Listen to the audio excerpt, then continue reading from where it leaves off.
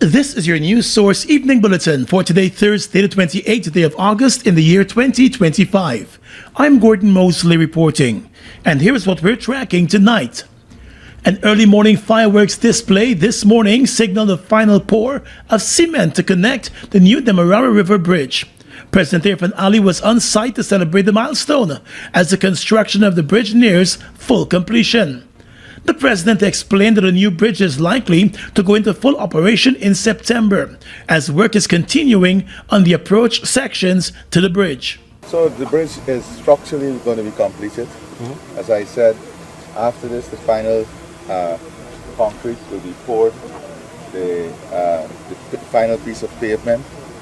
There's one section of the entrance on the the east end that will be completed. And of course we had some modifications of the design, putting in a collector's lane for better traffic management and traffic flow. So that is being completed. So I would say very early in September, we will be driving on and off of the bridge. On the approach road being built on the eastern side of the bridge, the president explained that the work is ongoing, but is likely to be completed within days, as some of the work had to be stalled because of the bridge's construction. On the western side, President Ali said a number of structures that were set up to facilitate the construction of the new bridge have to be removed as the collector's lane is being completed. He said the old Demerara Harbor Bridge still has to be removed, and engineers are now looking at that. According to him, a number of areas are being examined for the relocation of sections of the old bridge. The president said it is now a moment of celebration, and there should be no apprehension about using the new bridge when it becomes open to traffic. The four-lane bridge spans 2.6 kilometers, connecting Nandi Park on the east bank of the Demerara to Lagrange on the west bank. Its total width, including the four lanes, shoulders and median, is just over 23 meters, providing ample space for safe and efficient traffic flow. With a height of 50 meters, the bridge is specifically designed to accommodate Handymax vessels passing underneath. It was constructed at the cost of $260 million by the China Railway Construction International Company. Construction work began just over 2 years ago. More news coming up in just a moment.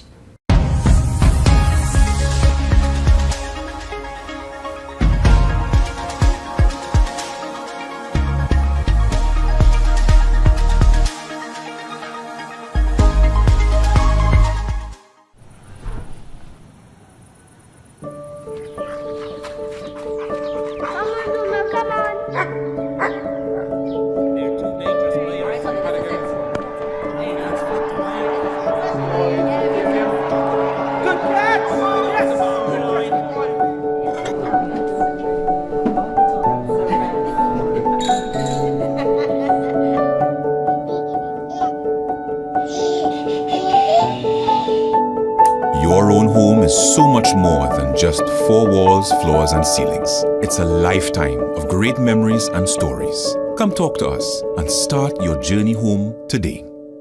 Republic Bank, we're the one for you. We voted for the PPPC again. The mission has been renewed, and the hope for a better Guyana lives on with the PPPC. Get ready for the victory at the PPPC Grand Final Rally on Saturday, August 30th at the Lusignan Market Square from 4 p.m. Be part of the Red Tsunami. Bring your flags, raise your voices, show your love for country as together we march into victory and advance the transformational journey of inclusion, hope, and prosperity. Hear from your leaders, President Dr. Mohammed Irfan Ali, General Secretary Dr. Barrett Jagnio, Prime Minister Brigadier Retired Mark Phillips, alongside national and regional leaders. They will deliver the message of victory, hope, progress, and transformation. The PPPC remains the only truly multi-ethnic political party with a proven track record of achievement, free university education, thousands of new jobs and business opportunities, affordable housing for families, improved healthcare and education, expanded agriculture and food security, world-class infrastructure, a brighter tomorrow for our youth. Up, Up with the PPPC Grand Final Rally, Saturday, August 30th at the Lusignan Market Square from 4 p.m. Together, let's make history on September 1st at the general and regional elections. Vote PPPC, stronger together for a better Guyana.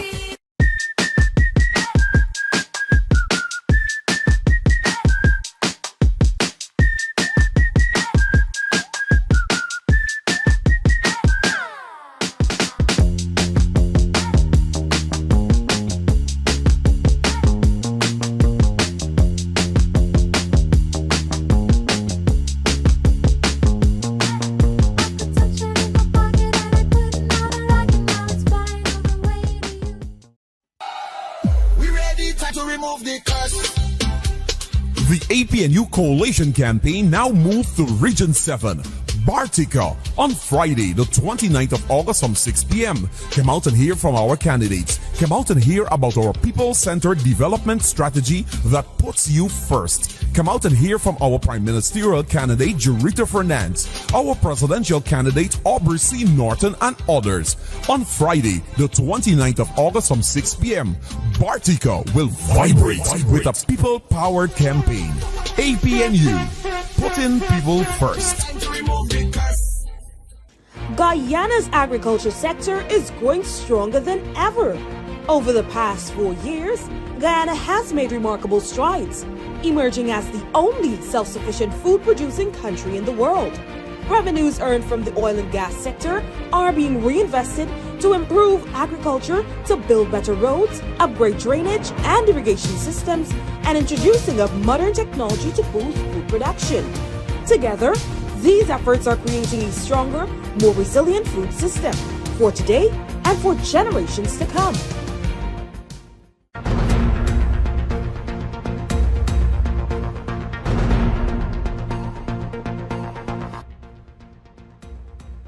On the campaign trail tonight, the We Invest in Nationhood Party moved into the mining town of Linden last night with its final rally push in that community. Linden, which has been a stronghold of the People's National Congress and the PNC-led APNU for several years, has found itself in the center of the battle for votes in Monday's elections. In addressing the rally at Mackenzie Minibus Park, leader and presidential candidate of WIN, Azruddin Mohammed, played down concerns about his political experience as he seeks public office for the first time. He said Linden and Region 10 have been neglected by those who have boasted about their experience. These so-called leaders that boast about political experience, they just boast about political experience. After 59 years, we have gained independence. We have problems with everything. Everything we have problems with. We need leaders that can represent the people. We need leaders that will look out for you. We need leaders that will lift you up.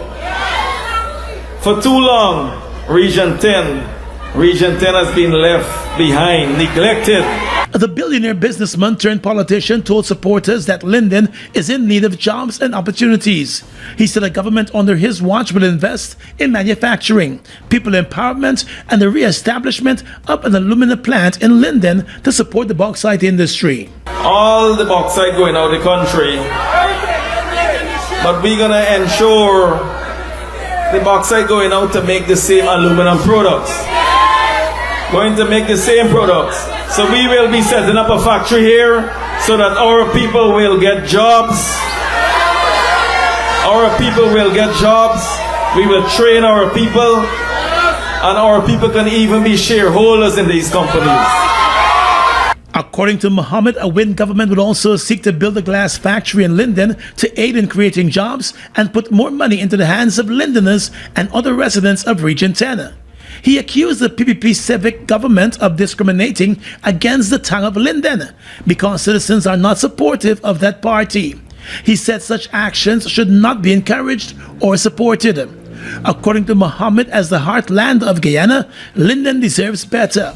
He said there will be the establishment of a University of Guyana campus in the town under his watch. Turning his attention to security matters, Mohammed said there has been too much bloodshed in Linden at the hands of the police, and it is time for the Commissioner of Police and the commander in the town to get it right. He said he would ensure law and order are restored in the country by allowing the police to do police work and not have members of a government led by him contacting the police for favors. Mohammed also promised an increased cash grant for citizens under a government led by him, as well as major infrastructural projects to push a development agenda. A number of other win candidates also spoke at the rally and highlighted various plans of the party, from women and youth empowerment and development to the reform of the Guyana Elections Commission. The Win Party, which was formed a few months ago, has been moving across the country with its campaign, expressing confidence that it could follow its name and win at Monday's elections. Well, President Irfan Ali has promised additional benefits and increased disposable income for Guyanese that he believes might force Guyanese living abroad to return home. Speaking during a party public meeting in Eccles 2 nights ago, the president said the plans and programs outlined in his party's manifesto will see benefits like never before, reaching the people. When you look at the business, the benefit stream that will come out of the next 5 years, a lot of our brothers and sisters in the diaspora will come back home. And we want them to come back home because home is where they belong. The president said the government will also create safe investments vehicles so Guyanese can put their monies and get returns. He said there will be enough space and investment opportunities for all Guyanese here and abroad to benefit. The objective is to put more money in your pocket. Not only the direct transfers that the Prime Minister spoke about, but the opportunities that will come from the investment the government will make. We have to work on an efficient transport system that will reduce your cost of transportation. At Storeville Rally, I reminded you that when you add the yearly pension at a minimum that we will give to you, 2 persons in a home, it is equivalent to what more than half the world population earn in a year. Understand this. He said the government will also create the environment for persons to invest in data centers, fertilizer plants, and agro-processing plants, as well as manufacturing and industrial development in support of transport and logistics. And your government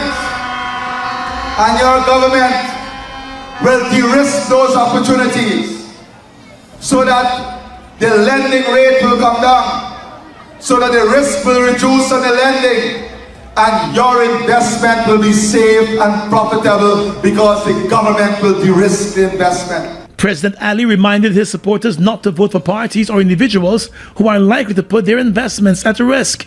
In addition, he teased another cash grant for every Guyanese if his party is re-elected. Still on the campaign trail, APNU newcomer and youth candidate Rovaldo Birbal wants Guyanese to head to the polls on Monday and vote for his party, ensuring that the governing PPP is removed from office. At the public meeting in Caribbean, Berbice on Wednesday night, Birbal said Monday must mark the end of injustice and a system that works against the poor and working class. He said corruption under the governing party has been at its highest and must not be allowed to continue. You are voting against the high cost of living. The high cost of living is on the ballot, Caribbean. We are voting against a system that does not cater for the poor people of this country. The high cost of living is an unrelenting burden on the common citizens of Guyana. And what has this government done? Nothing. I say to you, after September the 1st, 2025, that ends. Birbal said the last 5 years were marred by a number of extrajudicial killings, with many families still awaiting justice. He emphasized that the injustice must end. Comrades, we are voting against injustice. We are voting against corruption. We are voting against extrajudicial killings in our country. And I say to you, when we elect the next government of this country in the form of the APNU, when we elect the next president of this country, His Excellency Aubrey Compton Norton, we will have a society where young people can roam the streets of this country without fear, where they can walk the streets with their heads held high and know that they are safe.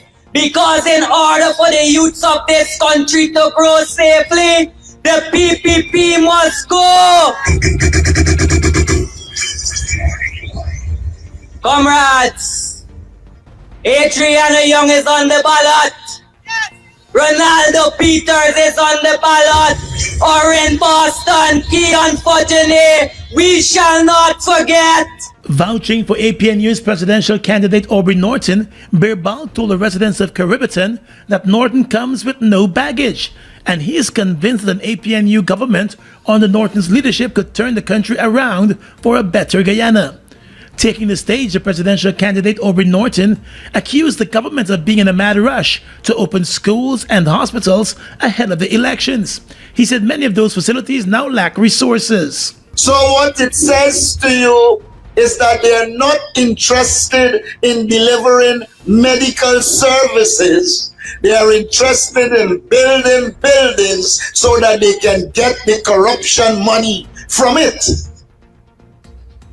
Construction in this country is not being done to provide quality roads to the people. Burnham built this quarantine highway years ago, and it lasts well over 30 years. They have already rebuilt it since they empowered twice. It speaks to their incompetence. It speaks to their corruption. Norton said billions of dollars are being squandered by the administration through corrupt practices, while the poor and vulnerable continue to struggle.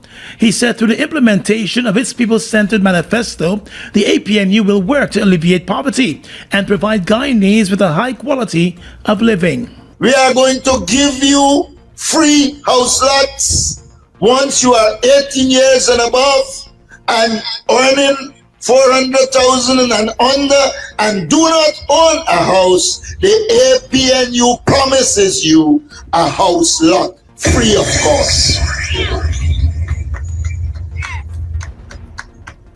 The senior government officials sell themselves and friends properties at next to nothing.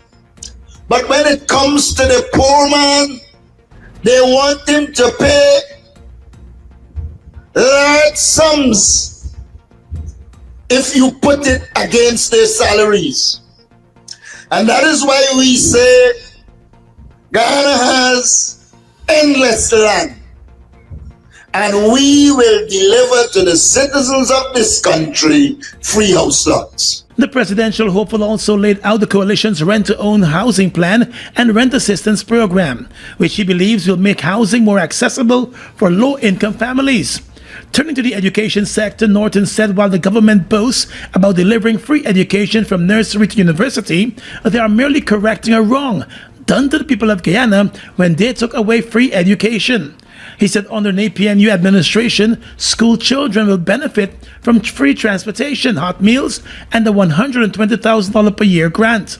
Norton also promised a number of programs that he intends to implement once elected to cushion the high cost of living.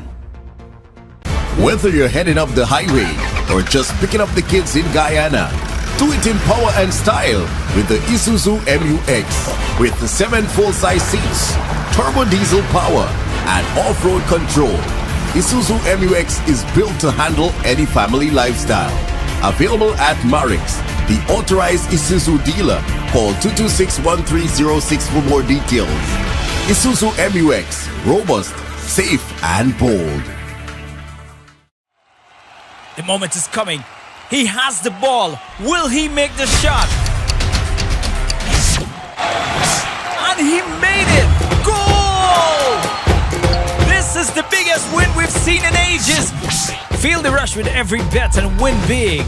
Play online at www.ibetgamesui.com. With iBet Supreme, Every game is your game. I bet to win with I Bet Supreme.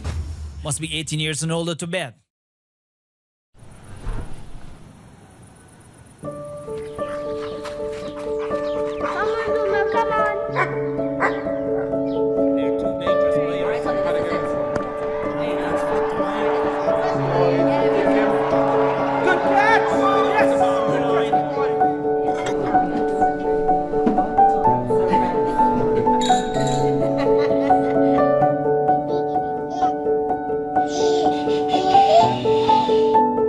Your own home is so much more than just four walls, floors, and ceilings. It's a lifetime of great memories and stories. Come talk to us and start your journey home today.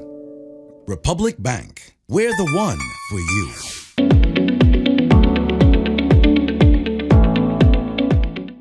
You never vote neither.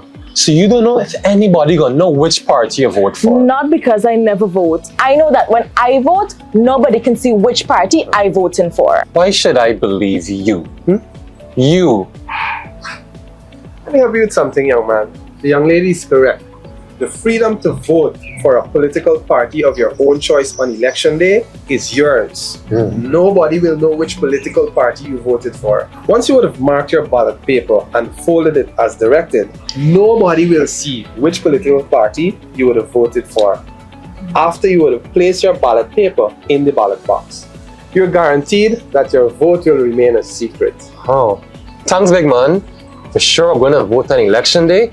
Now to feel confident that nobody will know which party I'm going to vote for. For more information, contact the GCOM on 225-027729 or visit www.gcom.org.gy. Washi. Hi people. Washing made so easy since I found Washi. Washing me use wash me clothes and I can say Washi soap powder wash clothes so nice. Washi soap powder leave your clothes color bright. Washi soap powder leave me clothes smelling nice, of course. So give thanks to washi soap powder for doing my laundry right. Keep my clothes color bright. Have my clothes smelling nice for sure. I could not ask for more. Comes in lemon and original. It is a washing machine in a pack. Washi soap powder wash clothes so nice. Washi soap powder leave your clothes color bright. Washi soap powder have my clothes smelling nice, of course. Distributors located in the Starbrook Market. When you are identified at the polling station as the voter you claim to be, you will be given a ballot paper for you to vote. The election official who gives you the ballot paper must stamp it in your presence at the back of the top section and bottom section with the official 6-digit number of the polling station. If you are given an unstamped ballot paper to vote, it is your right to insist that it must be stamped correctly before you accept it to cast your vote. If you vote on a ballot paper that is not stamped with a 6-digit number, your vote will not be counted because a ballot paper that is not stamped is not valid. It is your constitutional right and civic duty to vote at the upcoming general and regional elections providing you are listed in the official list of electors. Vote early on election day. For further information, contact GCOM on 225-027729, 226-6557, 223-9650 or visit the GCOM website at www.gcom.org.gy. The Carter Center has announced the arrival of its full team of election observers for Monday's elections. In a statement today, the Carter Center said its observers are now undergoing training in advance of their observation of Election Day, tabulation, and the post-election environment. The chairperson of the Carter Center's board, Jason Carter, who is the grandson of late U.S. President Jimmy Carter, is leading the Carter Center's observer mission for the local elections. In the days leading up to the elections, Mr. Carter will be meeting with key stakeholders, including political party candidates, civil society organizations, government officials, and other international election observer missions before observing the polling, counting, and tabulation. Country Director for the Carter Center, Jason Calder, said this is an important moment for Guyana's democracy. And the Carter Center encourages every Guyanese eligible to vote to make their voice heard and is hopeful that the electoral process will be a fully transparent one that reflects the will of the people. The center's core team of electoral experts arrived in late June and issued a preliminary statement last week, summarizing key observations in the pre-election period. It will issue reports that offer an independent and impartial assessment of the electoral process, the Carter Center said. The Carter Center is here at the invitation of the government of Guyana and has a long-standing commitment to Guyana. It has worked in the country since 1991 to strengthen democracy, support civil society, encourage sustainable development, and reinforce the rule of law. The Carter Center has observed elections in Guyana in 1992, 2001, 2006, 2015, and 2020.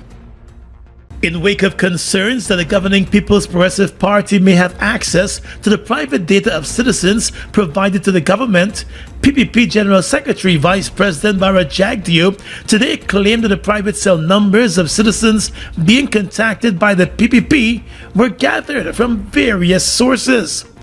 In recent weeks, citizens have been complaining about receiving a flurry of phone calls from PPP activists on their private cell phone numbers and being questioned about the PPP's 5 years in office and being provided with information on upcoming party campaign meetings. Some of the activists carrying out the calls said the party provided them with the name and numbers that they should call, while others said the names and numbers had been gathered from the cash grant database that was provided to the government during the distribution of the cash grant earlier this year.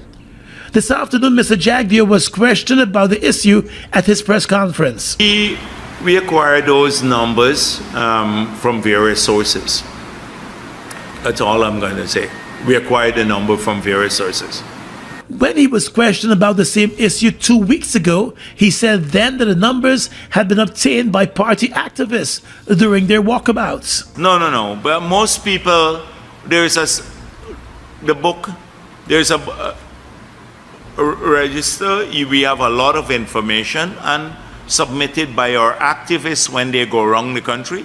We have a lot of information that when we go around the country, we pick up information, people's numbers. It's canvassing. We canvass online too. We as a party, we canvass people. It's a routine thing. It happens around the world. You call people and say, you know, the government has done all of these things in 5 years. We're looking forward to your support. Can you give us your support in the elections? We value people's support. We're going to work for their support. We convince them. Right, so if the person doesn't want to talk to you, they hang up, or they say, "Don't call me." So it's canvassing online is something that's done, or through telephones, is done routinely around the world. The Democrats do it, the Republicans do it, everybody does this. Today, the Vice President denied any use of data provided to the government. He said the data provided to the government is safe. On Wednesday, I received 2 phone calls within 30 minutes from persons who stated that they were calling from the PPP and wanted to ask questions about the party's performance in office. The woman in the first call, when questioned by me, stated that the information with the private number and name to contact was provided to her by the party and had been gathered from the cash grant data. But how did you get my number? Because it's on the list, sir. What list? Well, I guess you would have received your $100,000 cash grant that was shared last year and early this year. Uh-huh. Yes, I guess that's why it's on the list. We're just doing the procedure. Okay, and so you're calling from where? I'm working with the PPPC in the call department. The second caller said she was unsure about the source of the information, but she said she was working out of the PPP call center that she said was located at the Royal Hotel. But you're calling my private phone, so you must have gotten a number from someplace. This is my private number. Like I said, I'm being paid. I was hired to work under the PPPC, and that is it. I do not know. So you don't know where you had the number from? No, they distribute this paper that I have in my hand there, and have a lot of people number, and I think out of town, I'm doing out of town at this moment. Okay, and they just give you this paper with random numbers or something? How do you Random number. Well, how do you get my name and the number? That's what I'm trying to find out because it's a private cell phone number. I do not know. The paper was just given to me, honestly. I swear. And you're working at an office or at home? Where are you working? No. Actually, we're situated right now at the Royal International Hotel. Today, the vice president said my questioning of the party's activists was abhorrent and should be seen as harassment, although it was his party's activists who called my phone.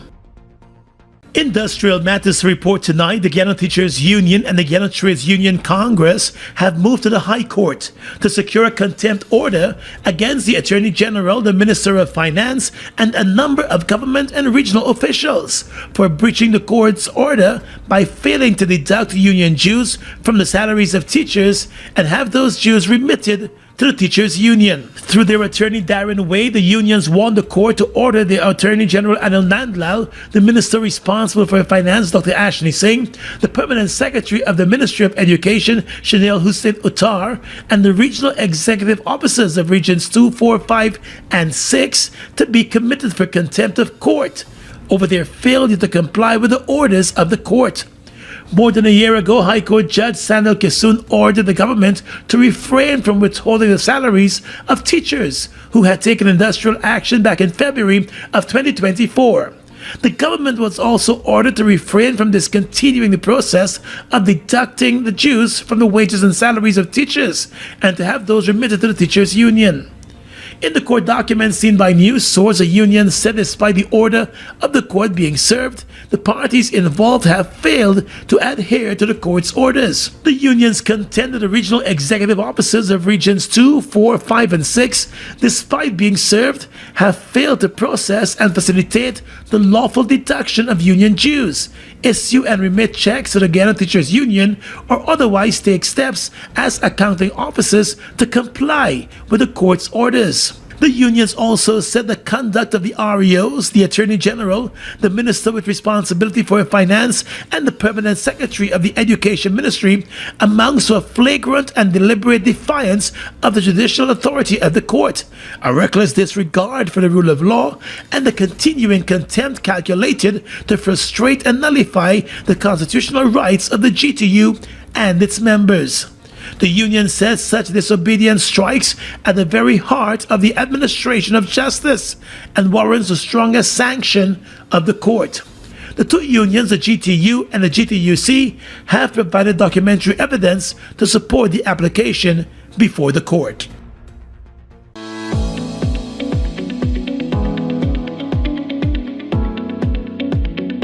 Hey Nick, why you look so sour about it? Hey Brooks, bro. I tell Fiona, let me do something to make a quick raise, but she ain't want to cooperate. Well, fill me in, cause I Brooks myself. I tell Sheila we sell we vote, but to do that, we have to take a photo of our ballots when we done vote. And you won't get paid for that? So I hear, bro.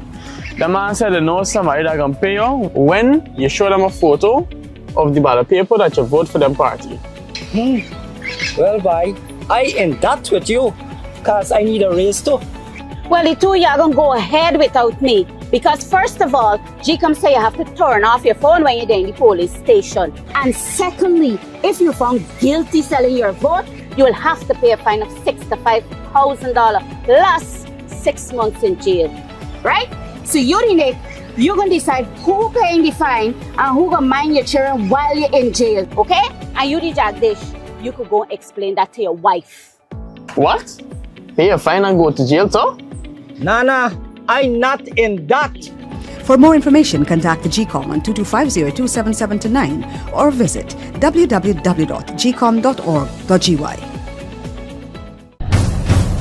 Guyana. Let's make history together. The time has come to put you, the people, first. One opportunity, no do-overs, no second chances. This is it. The final rally, the final APNU rally before you vote. We stand together to build a Guyana where everyone matters. On Saturday, August 30th, 4 p.m., square of the revolution. This is a new beginning for you, where jobs and opportunities are created for all. Families can live in dignity and security. Corruption is rooted out and accountability restored with the next vice president from Essie Kribo, Ganesh Mahipal. The first female and indigenous prime minister from Bartica, Jurita Fernandes. The first president from the mining town of Linden, Aubrey C. Norton. Guyana, one opportunity, no do-overs, no second chances. This is it, the final rally, the final APNU rally before you vote. Saturday, August 30th, 4 p.m., Square of the Revolution. Come, join us as we celebrate this journey together. These elections, putting you first. Your time is now. Vote APNU, putting people first. Live the island dream. It's your chance to be one of over 100 winners in the Island Dream promotion. Win your share of more than $1 million in cash and prizes, plus 2 all-inclusive weekend staycations for 2. And that's not all. Score coolers packed with Buster, Turbo, Altitude and Viva. Just buy any can or bottle of Turbo, Buster, Altitude or Viva. Find the code starting with BB, then visit at Buster Guyana or Turbo_Caribbean on IG or Facebook for details. Live the island dream, get money. Live the island dream. Guyana's economy is rapidly transforming, and we're all part of it. Guyoil is at the forefront of this development by providing reliable and efficient energy and supporting community development from the very core. 100% of Guyoil's profit goes back to building schools, roads, and other important infrastructure that connects our cities and towns, providing fuel to domestic, marine, industrial and aerial transportation. Guyoil has now repositioned itself as a market leader in the petroleum industry, building a better future for all of us.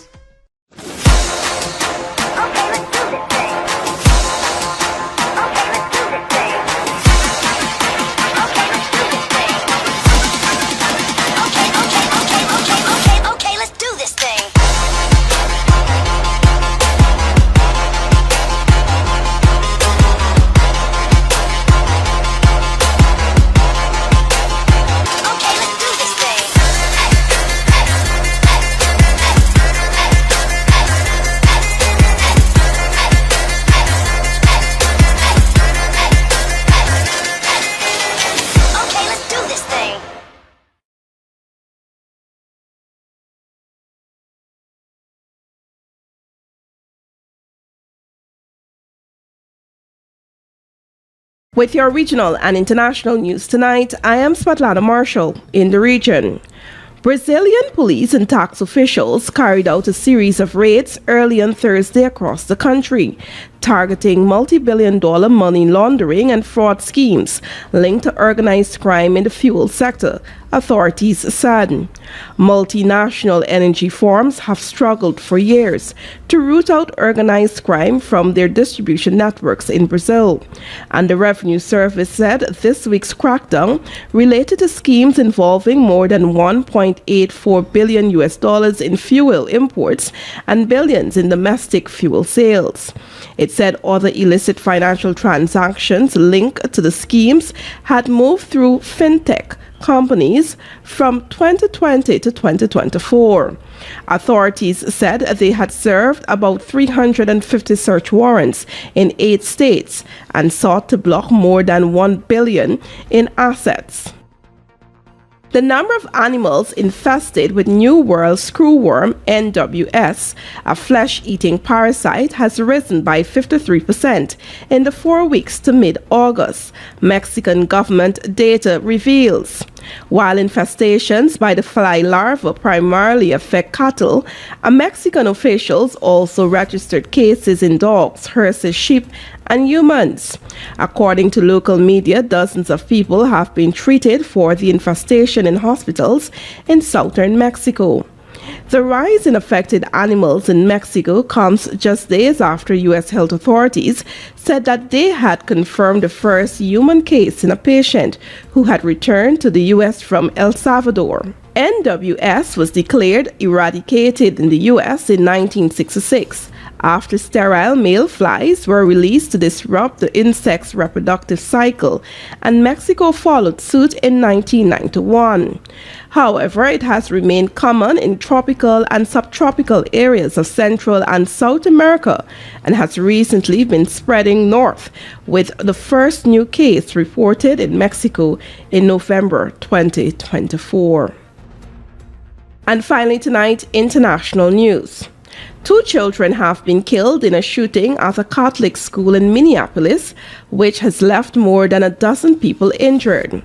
The attack happened on Wednesday morning at Annunciation Church, where children were attending a worship service during their first week of school. The shooter died at the scene of a self-inflicted gunshot wound. The FBI is investigating the incident as an act of domestic terrorism and hate crime targeting Catholics. The attacker has been identified as 23-year-old Robin Westman from suburban Minneapolis. The motive is currently unknown. The attacker, described as being dressed in all black, approached the side of the church, which also houses a school, and fired dozens of shots through the windows using 3 firearms. Officials are investigating whether the suspect shot inside the building or if all the shots came from outside the church, noting that no casings from bullets were found inside. Minneapolis police said that the attacker did not have an extensive known criminal history and acted alone. And that's your News Source Evening Bulletin for tonight. I'm Svetlana Marshall, wishing you a pleasant evening.